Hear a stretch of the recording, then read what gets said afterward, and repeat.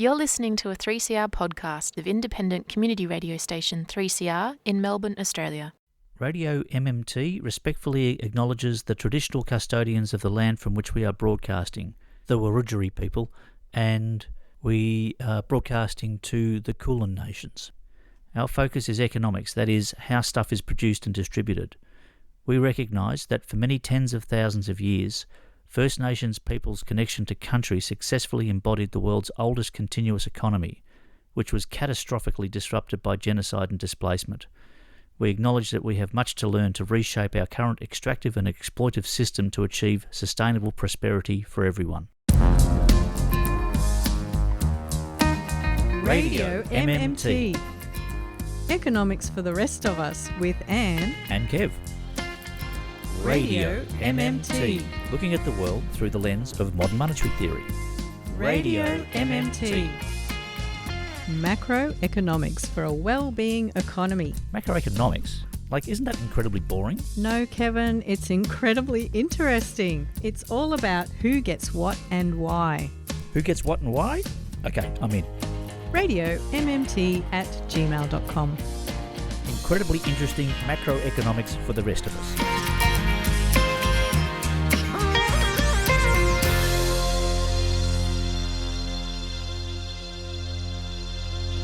Welcome to Radio MMT with Anne and Kev. Anne and Kev actually in the same studio, which hasn't happened for quite some time. How are you, Anne? I'm good. Hello, dear listener. And yes, it is true. It's just like riding a bicycle, isn't it, Kevin? Well, sort of. I was beginning to think, Kyle and Jackie O have had this massive falling out, and they're about to blow their $100 million contract over 10 years, etc. I thought we might be in similar waters. I don't know. I've been feeling a reluctance, Anne, of you coming back into the studio. I think you've been out for quite some time. You've become comfortable in the outside world. And I was wondering whether we could get you back again. Are we going to have to renegotiate the contract? What's going on? Yes, I want double of nothing. Yes, I did have a nice long break. Thanks for holding things down here while I was gone. Yeah, well, had to be done, as they say. Hey, whilst you were away, yes. I was going over MMT 101. I did hear some of that. Yeah, so we started with, where does money come from? And the conclusion we came to, when I say we, I mean me, the conclusion that I came to after extensive analysis of the economy, with a fair few academics guiding the way for me, I discovered that all money comes from the government. Even banking eventually comes back to government money. There's no Australian dollars that aren't produced by the Australian government eventually. So the government spends into the economy. Yes. And when it pays the army, that's new money entering the economy. And banking time shifts spending decisions for people who eventually have to acquire that money through the economy when the government spends into it. So that's just time shifting of spending decisions. So we understand now. Well, I'm just bringing you up to speed. Oh, thank you. This helps me. Because you haven't been here for a while. The listeners are all up to speed. Everybody else is up to speed. I'm just letting you know what we've been discovering in your absence. Appreciate it, Kevin. So we discovered that all money comes from the government, and when the government spends, it adds to the money supply in the private sector. But this week we're talking about taxation. Well, I guess if we figured out that the government is not borrowing off rich people when it spends, then it's also not taxing us as income. Well, I guess that's the spoiler. Well, I'm going to say this right from the start. If the government spends into the economy, it adds money to the economy, right? And when we talk about the economy, we're essentially talking about the private sector or the non-government sector, because the government doesn't need money. It creates the money, so it doesn't need money, right? It supplies money into the economy by spending and with its arrangement with the banks so that people can lend. When it taxes, it takes money out of the economy. I was having a discussion with my mate Flip about this the other day. And he's an accountant. He's good with numbers. He's really good with numbers. And he's going, yeah, but what are you talking about? And I'm saying, well, the ledger, mate, is the money that people in the community have to spend. And when the government spends into the economy, it creates more money for people to access. And when it taxes, it takes it out. That money is extinguished. And he says, you can't say extinguished. And I'm going, yes, I can, because it's taken off the ledger. That means that money is no longer in circulation and able to be used. It's gone. Doesn't go anywhere else. Okay, so when we're talking about taxation, we're talking about extinguishing money, taking money out of the economy, not to be used anymore. See you later. Bye. Okay, that's it. Yes, it's funny, isn't it? Even accountants cannot get their heads around it because it's been so drummed into us that the government needs the taxes in order to spend. Yeah, well, his starting point was like, well, you got to pay it back. And I'm going, no, because they didn't borrow it. They invented it. They created it. It came from nothing. So there's no debt. And that taxing and spending is what the economists call fiscal policy. That's the fiscal side. Anytime you hear them talking about that in the media, that means the taxing and the spending that the federal government is doing. Yeah, so whenever we speak about taxation, just get this in your head that I'm talking to me. I did this show a while ago, Waggarama, and one of the bouncers was, you've got to get it into your head, mate. You've got to get it into your head. And so this is me speaking to me. I've got to get into my head. When I hear the word taxation, all we're talking about is how the government extinguishes money. Like, why does it want to extinguish money? Why does it want to make money go away? Well, that is the next question. Like, if it's not using the money as income, why does the government need to tax us? Well, this is what today's show's about. Okay, answering the big question. Yep. Okay, well, to help us explore this question, there was an event back on the 6th of September 2025, and that was an event on tax innovation held by the Queensland branch of the Australian Fabians. And at that event, two heterodox economists were speaking. That was economist Professor Bill Mitchell and Professor John Quiggin. I think we could start with John Quiggin's presentation. Let's start with John. So we're talking about taxation, and the thing with these conversations is they're talking about all the nuances of how things should be taxed and what should be taxed. But just remember, taxation means money extinguished, okay? John Quiggin.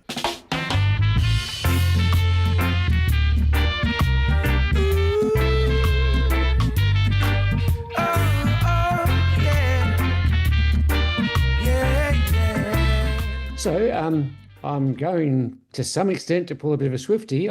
I'm going to largely challenge the idea that what we need in tax policy is innovative ideas, and instead I think argue that what we primarily need is more courage in pursuing the ideas that are already available to us. Before spelling out more of the details on that, I'd just like to put some numbers out there because often this discussion is taking place in the absence of thinking about numbers. I always find it's very useful to have those numbers in mind so that we can tell when things are big or little numbers. If we raise $1 billion in taxation, is that a lot or a little? The answer is basically a little. So Australia's GDP, not the best measure of welfare, but the best measure of economic activity and taxable resources, is typically about 2.5 trillion a year, 2,500 billion. Of that, around 25%, a bit over 800 billion, is collected by the Commonwealth Government in tax revenue. I'm going to focus pretty much on the Commonwealth in this talk. Now, that number has been fixed for a very long time and is seen in some sense as sacred, set back in the 1980s in the so-called trilogy commitments made by the Hawke government. Prior to that, the share of government in expenditure and revenue in national income or GDP had been rising fairly steadily, recognising the increasing demand for the kind of services that governments typically provide. One of them, university education, an expensive service, and one which has been increasingly needed as a larger proportion of the population attend either university or undertake post-secondary education. Similarly, the health sector has formed a larger sector of the economy than in the past, and that's primarily funded by governments. Most recently, over the last 10 years or so, we've had the National Disability Insurance Service, recognising that in the past we really haven't addressed the issue of Australians with disabilities in any systematic way. We've tried more or less continuously to deliver those increased services without increasing the ratio of tax to GDP. And I'm going to argue that that's really an endeavour that can't be sustained. I've given dollar figures here, but I'm very much focused not on the financial accounting of budget deficit and so forth. As I think Bill will explain, the measures like the budget deficit are just residuals that drop out when you determine what governments need to do and what they need to take out of the economy in order to make room for governments to do the things they have to. So when we look at increase in the revenue available to governments to deliver services. We're talking about acquiring real resources from the economy. Those real resources, most of the time, have to be taken out of the consumption or other expenditure of people in the community, and most importantly, those on high incomes. So what does this suggest where we should be looking? The first thing, as I said, we're looking at an economy of $2,500 billion worth of output a year. 1% of that is $25 billion. We really need to increase the share of the national economy being delivered by the federal government by several percentage points if we're going to meet the needs of a modern society. And so when we start looking at the kinds of options that are available, I'm going to list some of the biggest amounts, some of the biggest areas that come to roughly this 1% of GDP, and we'll see, I think, why this proves difficult. Well, the first one a lot of people talk about, and I'm going to dismiss pretty quickly, is the GST. Lots of countries have a higher rate of GST than we do, and most countries have pretty much the same range of exemptions as we do. But when we look at the way the GST was introduced, it's tied up so tightly by the legislation that put it into effect that an increase is effectively impossible. All the states have to agree to an increase in the rate, and of course none of them are going to agree until they've got their share of the cake, and their demands will add up to considerably more than the additional revenue.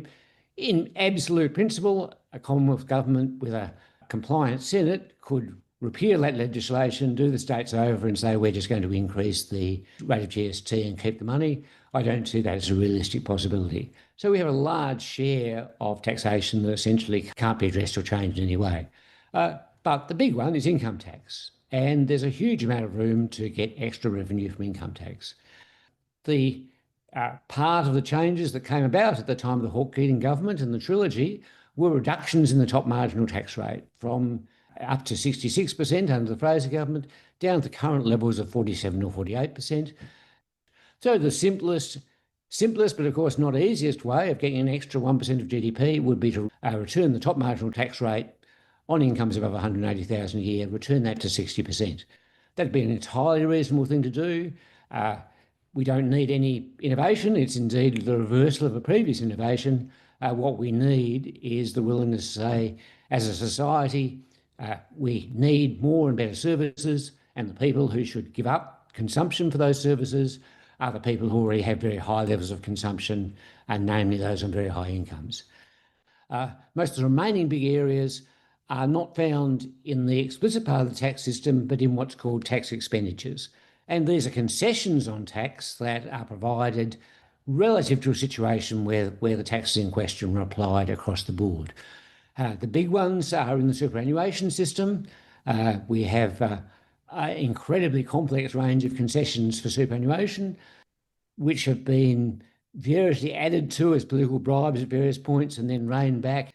So there's another couple of percentage points of GDP going into concessions for superannuation that could be wound back quite a lot.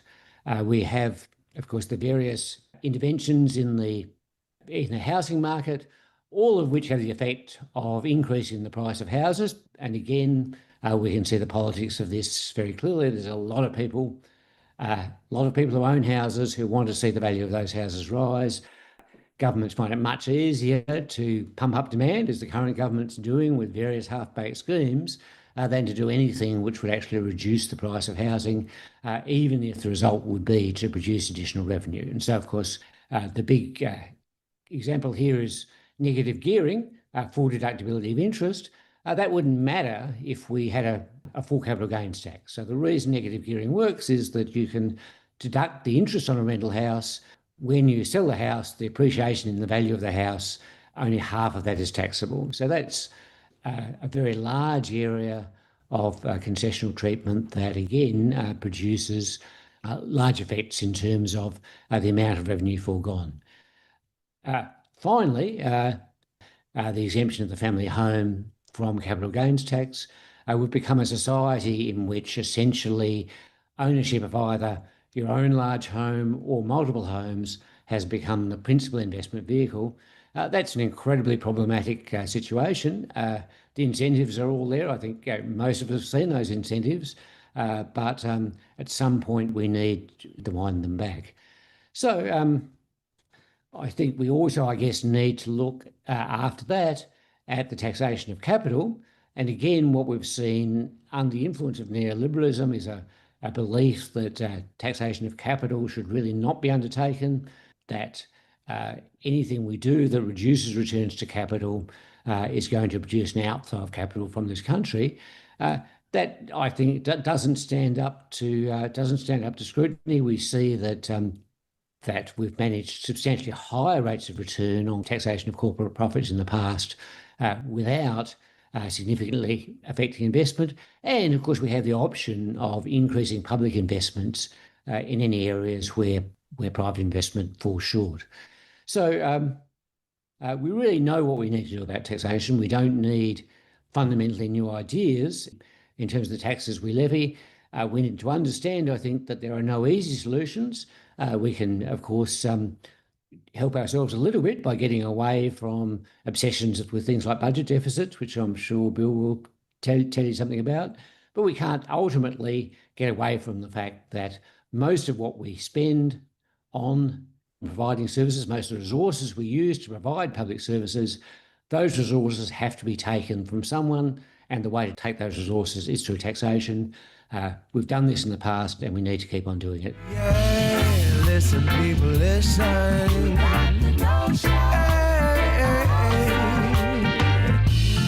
Listen what I'm saying to you.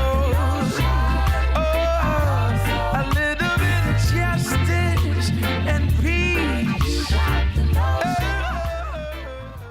That was Australian economist John Quiggin, who is a professor of economics at the University of Queensland, and he was speaking at an event hosted by the Queensland branch of the Australian Fabians. Mm-hmm. Now, you know the thing that he said that most interested me, which is not directly a tax thing, but he mentioned this trilogy commitment. So he was saying that the past Prime Minister of Australia, Bob Hawke, made this trilogy commitment, which hadn't really registered with me before, so I had to go and look it up. Sure.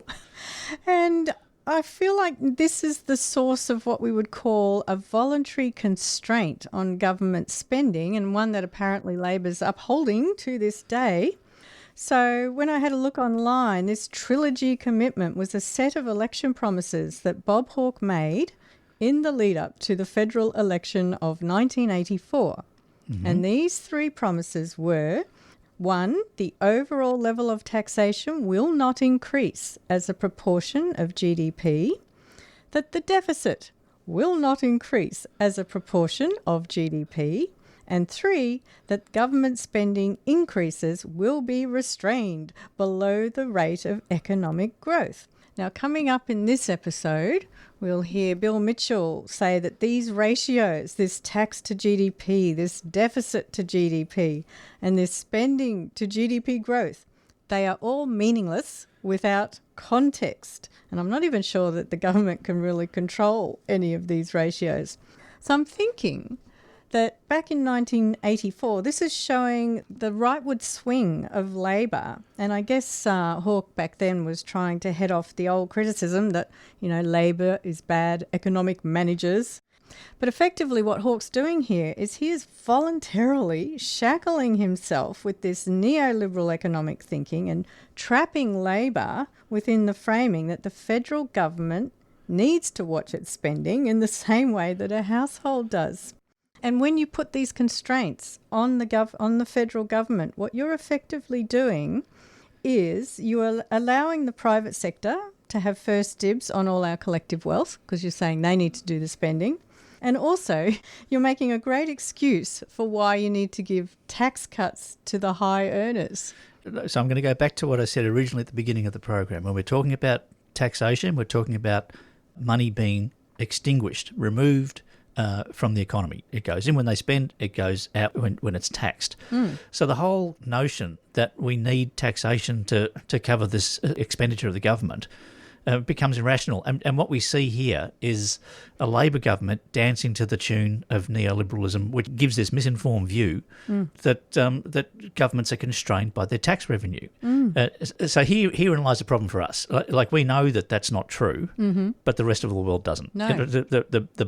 Most of the world doesn't. The orthodox economists and governments around the world think that they're constrained by this.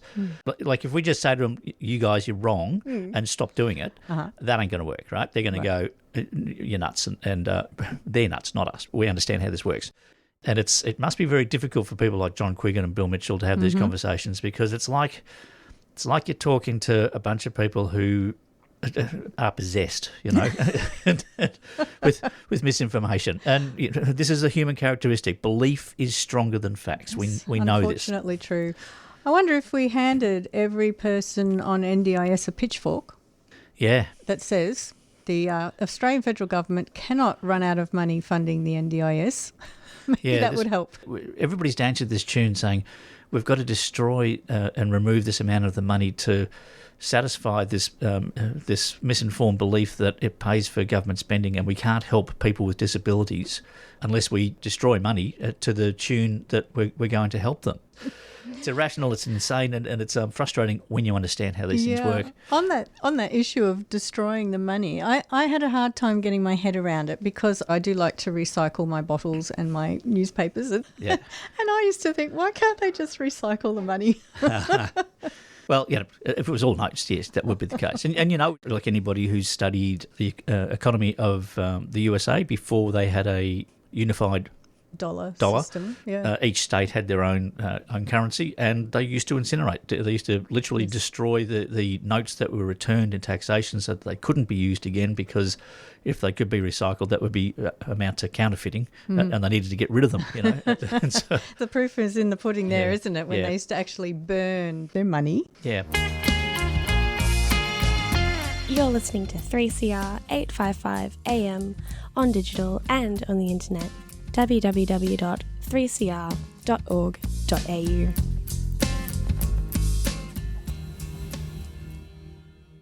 Shall we talk about why we do need to tax? Let's do it. Yeah, okay. Okay. Well, the four main reasons for why we actually do need to tax, if the government does not need the tax as income, there is the fundamental reason for taxing, which comes back to the origins of money story that you've already covered, which is that is how the federal government will create the desire in the population for the currency. So if somebody somewhere in the population has to pay fees, fines or taxes in Australian dollars, then you will be happy to earn Australian dollars, because someone else in the economy is always going to accept them in payment. I always have to sort of go over this one in my head, because it doesn't make automatic sense. So the government spends into the economy and it taxes back, but you can only pay it in Australian dollars. So you have to earn Australian dollars to pay the tax that is going to come your way. And if you don't, you go to jail. So that's a way of saying use Australian dollars, don't use US dollars, don't use seashells, don't use monopoly money. You have to use Australian dollars. You can use all those other things, but we will translate those into Australian dollars and ask you to pay tax in it. That's right. And we do want to change behaviour. So my favourite one at the moment is the prohibition effectively on tobacco and cigarettes that has changed behaviour such that we now have a fantastic black market. Black market, yeah.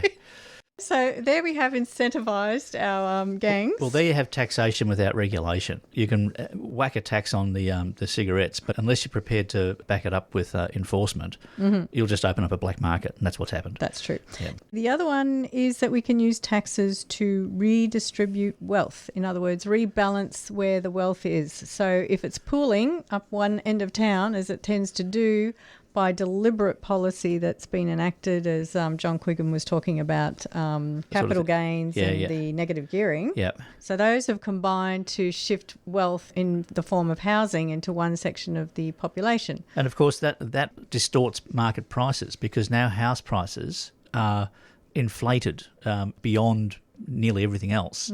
That creates a distortion in the market. This has happened in my lifetime. I could afford a house back in 1992 when I was looking for one, when I was an AV technician and my partner was a youth worker. Housing was affordable back then, as it had been for decades beforehand. And that was due to deliberate policy as well. Yeah, and it was the policies of governments that favoured investors that have now pushed those prices out of reach of ordinary workers. And so we can see here, if you had a tax policy that was properly applied, it would push down house prices and you would remove this distortion from the market. Very important. I think of taxing as like a tool that a sculptor would use to shape the economy. Yep. And then the last one is what the modern monetary theory economists call creating the resource space for the government to spend into. So that's the big one for why we tax. And what does that really mean? Well, it means that if you tax individuals or companies, what you're doing is you're taking away some of their money, and that means you're taking away some of their ability to spend, and that means they won't be buying so much stuff, which means that this stuff then becomes available for the government to buy and use. So, for example, if you're the government and you want to build a fast train between Melbourne and Sydney, you might want to tax the people that want to use that steel and concrete and labour to build ballrooms on the top of skyscrapers. Yes, or next to a White House if you're in America. That's right. Yep. Or if you want to build public housing, you might tax those people who want to build their third or fourth mansion. Yeah, there is an enormous amount of disproportionate resources used for the wealthy to build their playthings, their McMansions and multiple properties, etc. At the same time that we have a supposed shortage of availability to build public housing, you still see plenty of places being renovated when you drive along Beach Road, along Port Phillip Bay. Some of these beachfront properties, they never stop being ripped down and put back up again, etc. There's no shortage of resources for them there. No. So tax those mongrels and, Yes. and free up those resources for better use. And, people often think that modern monetary theory is saying use taxation to fight inflation, as in to stop a bidding war between the government and the private sector when there aren't many resources.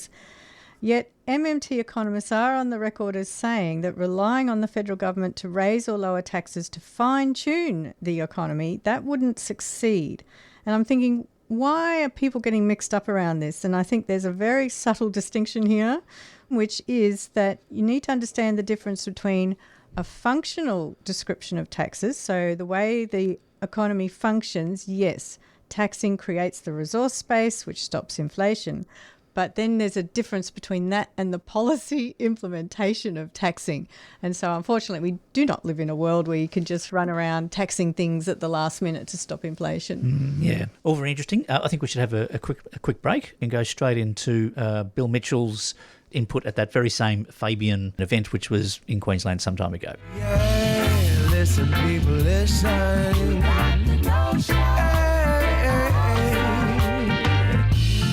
Listen what I'm saying to you. Oh, a little bit of justice and peace. I just ducked out of another meeting on climate change where I'm talking later, and all the talk there is carbon taxes, and I'll come back to that. I'm not a supporter. So thank you, and I just reject the premise of this workshop in the best spirit, of course. And what I mean by that is that the premise that was outlined in the correspondence to me prior to the meeting, that we're really looking to provide more funds for the government. And typically we're thinking federal government here rather than state, I believe, even though the state governments under our constitution have the large expenditure responsibilities in the policy areas, which is an aberration and really a defect of the constitution, which historically reflected the suspicion of the various colonial entities that became Australia. And I'm not suggesting that we have a hope in hell of reforming, the horizontal inequity and the vertical inequity. And even though when Rudd was in Prime Minister, he did attempt to partially take over health funding and failed effectively.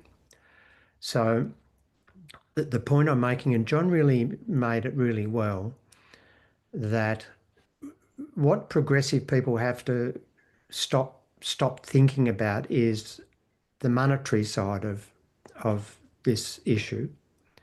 And what John said was that if we want the government to be larger, and most progressives that I know here and everywhere else do want the public sector to have a larger footprint on the economy, which means that it commands more real resources than the non-government sector. And at any point in time, the resources are finite. So a larger government means that the non-government sector has less productive resources. We're not talking about money here.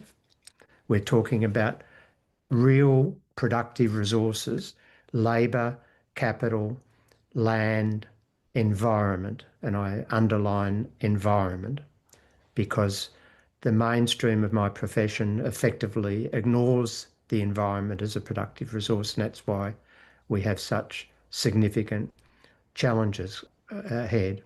But if we want a larger government, which is the implicit notion of this workshop, then what we're saying is not that we want it to have more money, but we want it to have more resources at its command. And I think it's really important that the left, and I'll use left as a generic for progressiveness, even though we've been severely let down by a lot of leftists not being progressive. But if we want more government, then we've got to work out a way in which we have less non-government sector. So John said I'd tell you about budget deficits. I don't even use the word budget because, again, the framing is misleading because budgets apply to, I've got a budget, even though I'm not very good at it. I've got a budget because I have a financial constraint. I have to go to work to get income or draw down prior savings or borrow if I want to spend more than my current available income. And that means I've got a budget. A budget implies you've got a financial constraint. The federal government hasn't any financial constraint. It has infinity minus 1 cent Australian dollars available to it. And so we shouldn't talk about taxation in terms of providing more monetary funds to the government in order to spend. And when we appraise the fiscal position of the government, we should forget all of the standard ratios that are pumped out by commentators and treasury statements and central banks and all the rest of it and economists, because they're basically misleading. You know, a 2% deficit to GDP, is that better than a 10% deficit? Well, we've all been conditioned to say yes, and a 4% surplus is better than a 2% deficit. We've all been conditioned into believing that to be the case, but without a context, we can't make any statement about that.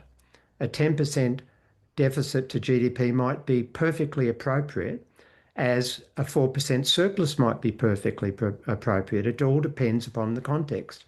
And the context is the available real resources and the command on those resources of both the non-government and the government sector. And of course, if you've got idle real resources, and we have that in Australia at the moment in general terms, you know, the broad labour underutilisation rate's currently, about 10.1%. That means that 10.1% of available resources minus a small number for the frictions moving between jobs are underutilised in one way or other. So it would be very difficult for us to mount a case we're close to full capacity. And so if we're not close to full capacity, then the size of the fiscal deficit of the federal government is too small. That's where I come from. And therefore we can accommodate a situation where we want more spending and we don't have to worry about real resource offsets to to produce that in general. Now, if we get to a scenario where we've got full capacity, and that is that the nominal spending in society is such that it's coming up against the ceiling of the productive side of the economy to produce real goods and services in response, well, then we've got a question to ask. If we want the government to be larger as a commitment to progressive policies, then we can do that in two ways. One way we could do it would be the government just to start spending more money, in other words, increase nominal spending. And the government could certainly go into the labour market, for example, and compete for skilled resources and pay more for them and attract them to the public sector. And we've seen that in recent years in the construction industry with the large state government infrastructure projects in Melbourne and Sydney, where you've now got carpenters being drawn from regional areas of Victoria into the city, and they've become lollipop men on the major construction sites at very high pay and not even using their carpentry skills. And in the regions, the small-scale construction firms can't get carpenters anymore. So we have seen elements of that sort of thing I'm talking about. But in general, the government could compete with the non-government sector for resources if we're at full capacity. And all it'll do is have a bidding war at market prices, and that's what we call inflation. And I've never advocated that. So the second way we can do it, to expand the government sector if we're at full capacity, is to reduce the non-government sector. And there are a number of ways we can do it. We could do it by dictate. We tend not to do that in this modern era. And the other important way we can do it is through taxation. And here's the rub, that the taxation isn't to give the government any extra funds, it's got infinity minus a penny. The taxation is to take money off the non-government sector who would have otherwise spent that money and command real resources as a consequence. The taxation allows us to deprive the non-government sector of expenditure powers. So in other words, we don't want more money for the public sector, we want less money for the non-government sector. That's the role, the way I do economics, of taxation. Humanity, humanity, humanity. Now, there's two other elements that are often poorly framed by progressives. One is this tax the rich scenario, and it makes us feel warm in heart that we're going to tax the rich in some way because we don't like them particularly. But it almost echoes Ayn Rand's famous narrative that the rest of us rely on the greatness of the productive entrepreneurs for our supper. In Atlas Shrugged, that was her narrative. And we've got to tax the rich so that we can have better healthcare or better education or public infrastructure, etc. Well, that's giving them too much importance. So then, do I want to tax the rich? Of course I do, because I want them to have less resources, but also in that context, I want them to have less political power. I want them to less be able to lobby governments and create think tanks and media companies and all the rest of it that distort the political debate and bias the political decisions in the favour of a few at the expense of the many. Humanity, humanity, humanity. And the second general framing issue is a lot of progressives fall into a very narrow perception of tax. And they say, oh, well, a broad-based tax, for example, like the GST, is bad because it's regressive. And that means that it's taking a higher tax on a person with a low income in proportion relative to someone with a higher income. And, you know, we don't really like regression, do we? Because it's antithetical to our notions of reducing inequality. But the thing I warn people about often when I'm talking about these issues is that when we're talking about regressivity or progressivity, we really should not be talking about individual components of the fiscal system. We should be appraising the fiscal system broadly, and that includes the expenditure side. So you could have a highly regressive tax side if it was achieving the goals that we desire to reduce the resource claim of the non-government sector, but at the same time you could have a excessively progressive expenditure side which balances out to be a progressive overall fiscal system. And I think when we're discussing fiscal policy, which is spending and taxing, then that's the way we should think about it rather than being obsessed with each single component. And remember, I'm thinking about the taxes are to reduce the claim on resources of the non-government sector. There are other reasons for taxes, of course, but the broad topic that I'm talking about today is that we want to create the fiscal space for governments to spend into, and that means claim resources without causing a bidding war at market prices. That's the task.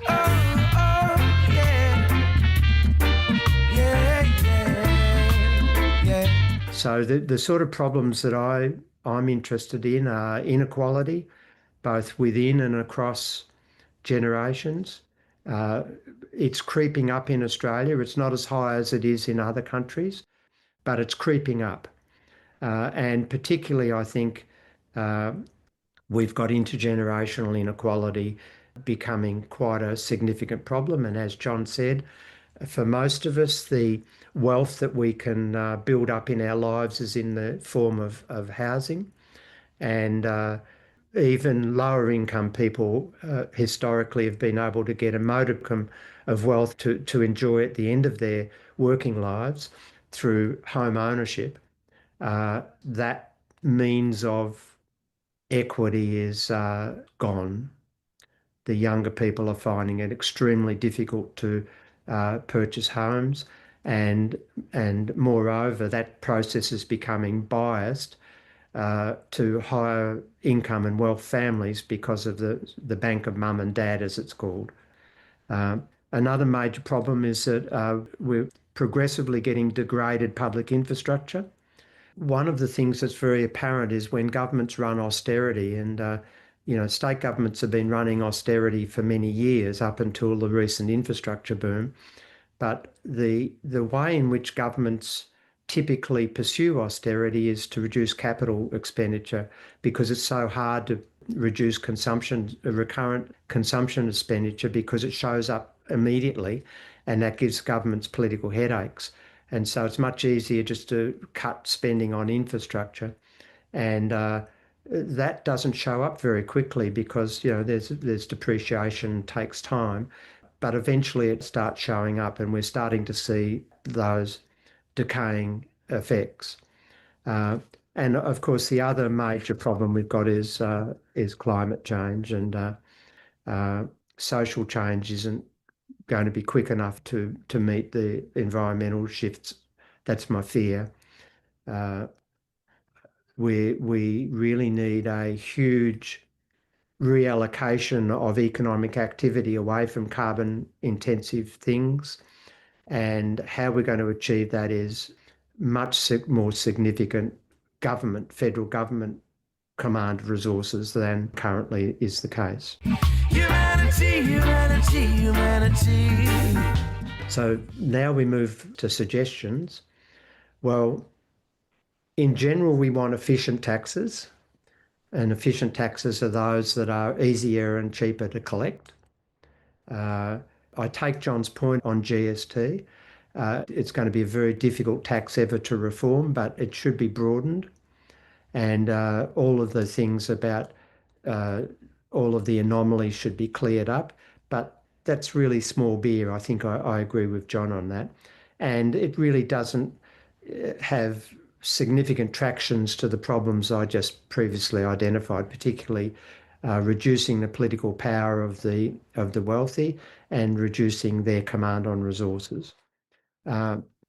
Negative gearing, I think we should abandon negative gearing. Keating I think, sold us a puppy when he said that it would destroy the rental market.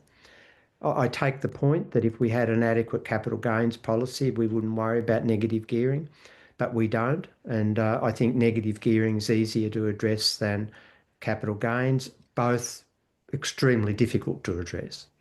On the concessional things John mentioned, I agree about having to do something about super.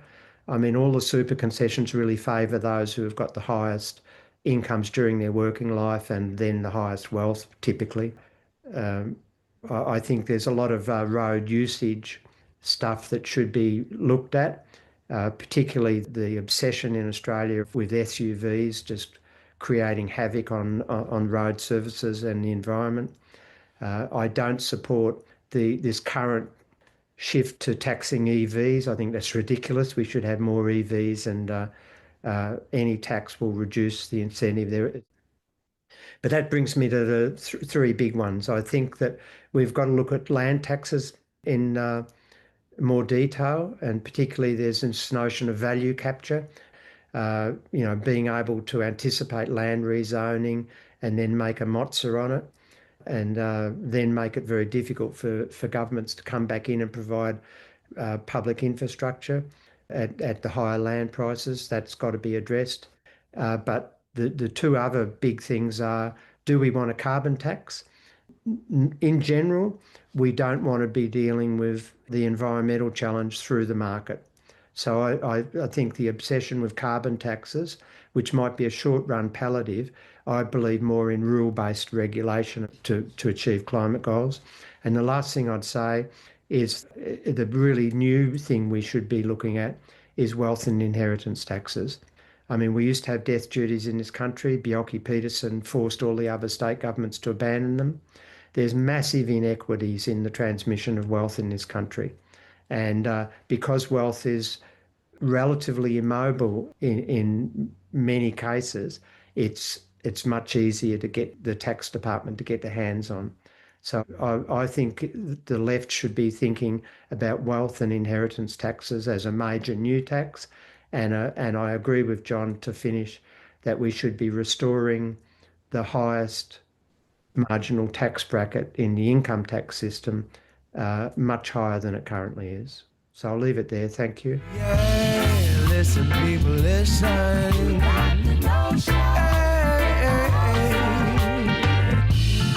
Listen what I'm saying to you. Oh, a little bit of justice and peace.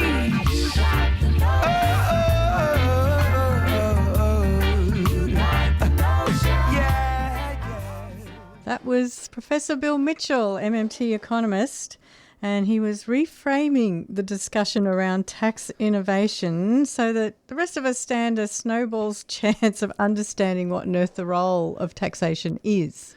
Yes. Context is everything, Kevin. Context is everything. So what he's saying is just reduce the ability of the private sector to expand by taxing them, and then you open up space for the government to do projects which are important.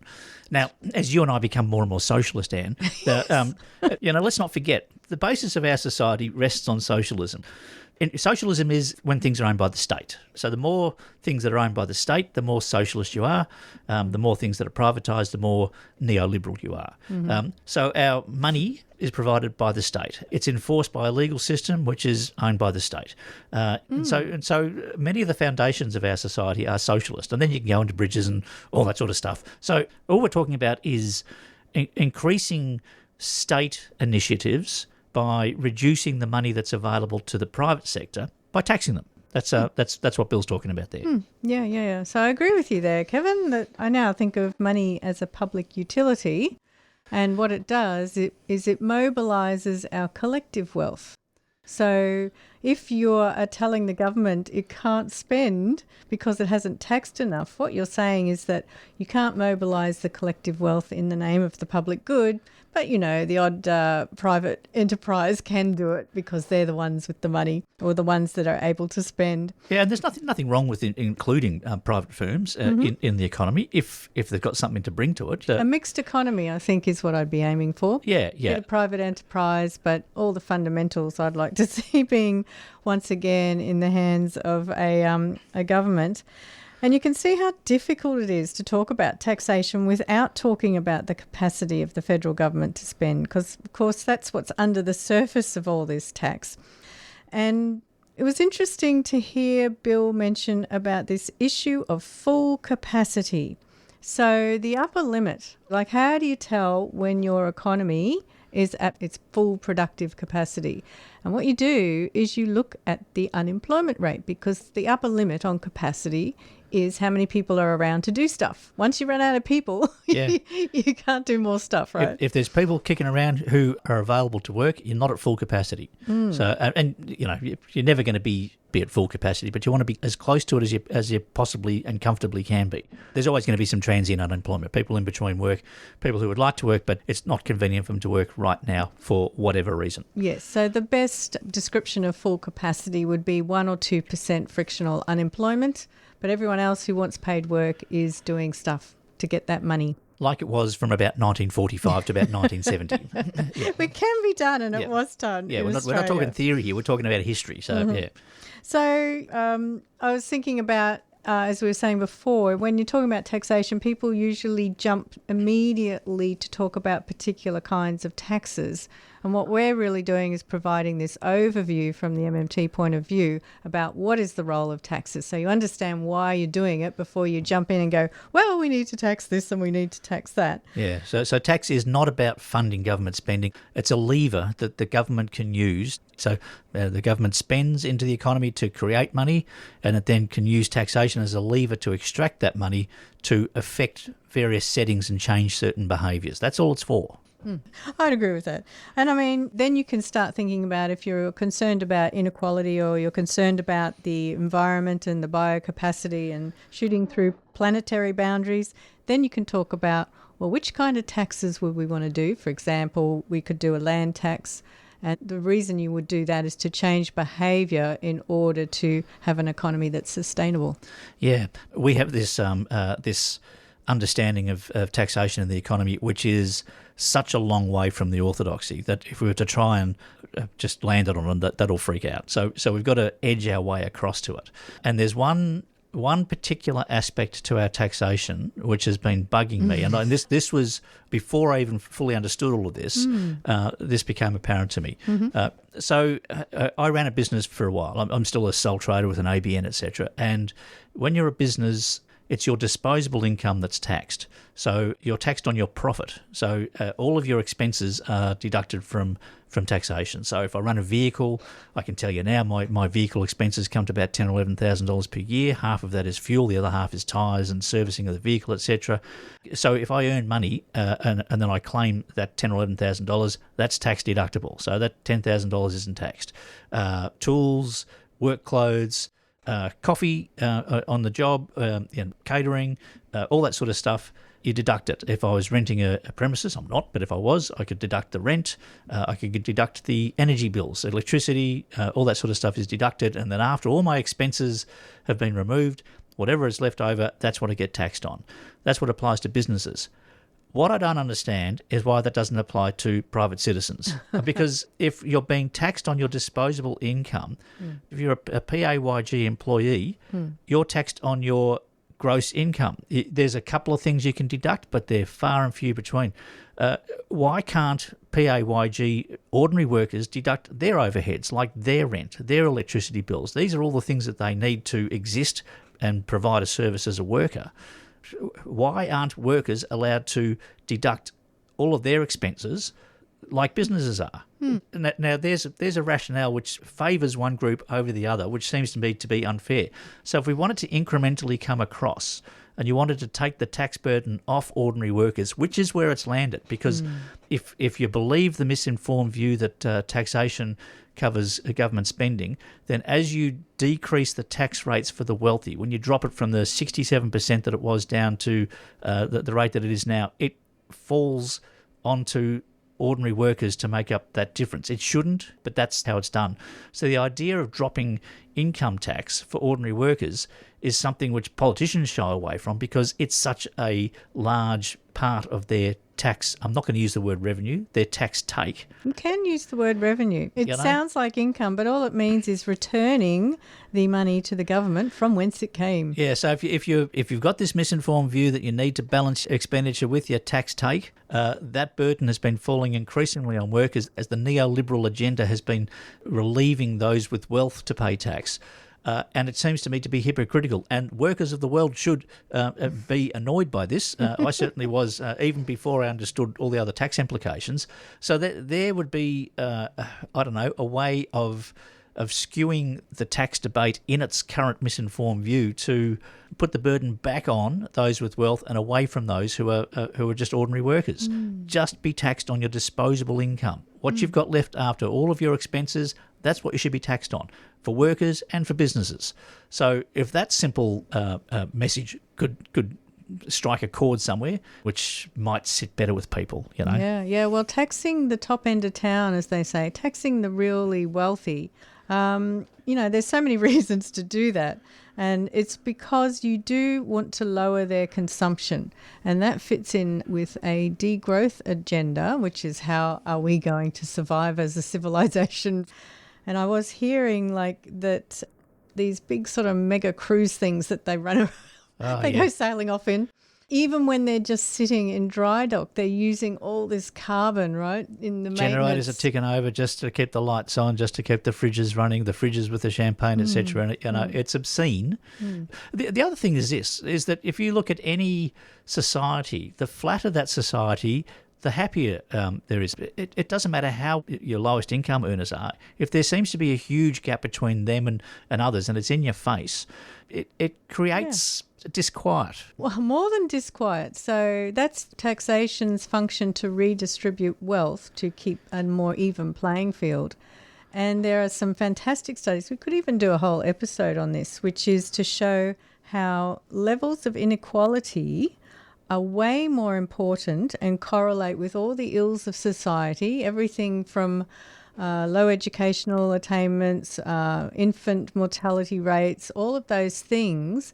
They actually don't depend on the total income or GDP of the country. They depend on the disparity of wealth. Yeah, indeed. Now, we're getting towards the end of the show here, Anne. Oh, where are we heading next? Well, after this, we're heading to the pub. We're going to Goldie's in Collingwood. Yes. That's where we're heading after this one. Tonight, on Friday, we've got this public money, public good pub meets happening in Melbourne, Canberra and Sydney simultaneously. Yeah, if you want to be alerted to those, publicmoneypublicgood.net. In the meantime... Yep, we're going to go. Mafalda's up next. Good to have you back on the airwaves, Yeah, nice Anne. to see you in person again, Kev. And we'll see you in a couple of weeks. See you later.